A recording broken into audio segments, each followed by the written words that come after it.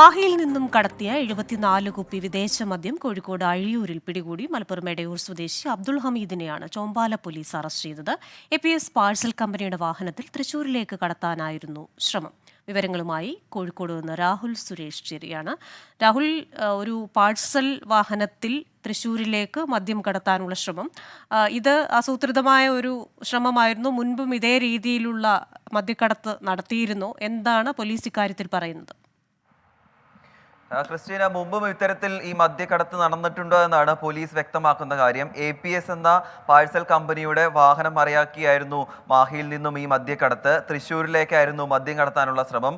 അതെന്തായാലും ഇത്തവണ പോലീസ് പിടികൂടിയിരിക്കുകയാണ്. കോഴിക്കോട് ജില്ലയുടെ അതിർത്തി ഗ്രാമമായ അഴിയൂരിൽ വെച്ചാണ് ഈ മദ്യക്കടത്ത് പോലീസ് സംഘം തടയുന്നത്. ചോമ്പാല പോലീസിന് നേരത്തെ തന്നെ ഇത് സംബന്ധിച്ച് ചില വിവരങ്ങൾ ലഭിച്ചിരുന്നു. ഇതിന്റെ അടിസ്ഥാനത്തിലാണ് ദേശീയപാതയിൽ ചോമ്പാല പോലീസിന്റെ നേതൃത്വത്തിൽ പരിശോധന നടത്തിയത്. ഈ പാഴ്സൽ കമ്പനിയുടെ വാഹനത്തിനുള്ളിൽ പാഴ്സലായിട്ടുള്ള വസ്തുക്കളുടെ ഇടയിൽ പെട്ടിയിൽ സൂക്ഷിച്ച നിലയിലായിരുന്നു 74 കുപ്പി വിദേശ മദ്യമുള്ളത്. ഇത് മുന്തിയ ഇനം വിദേശ മദ്യമാണ് എന്നാണ് പോലീസ് ഈ ഘട്ടത്തിൽ പറയുന്നത്.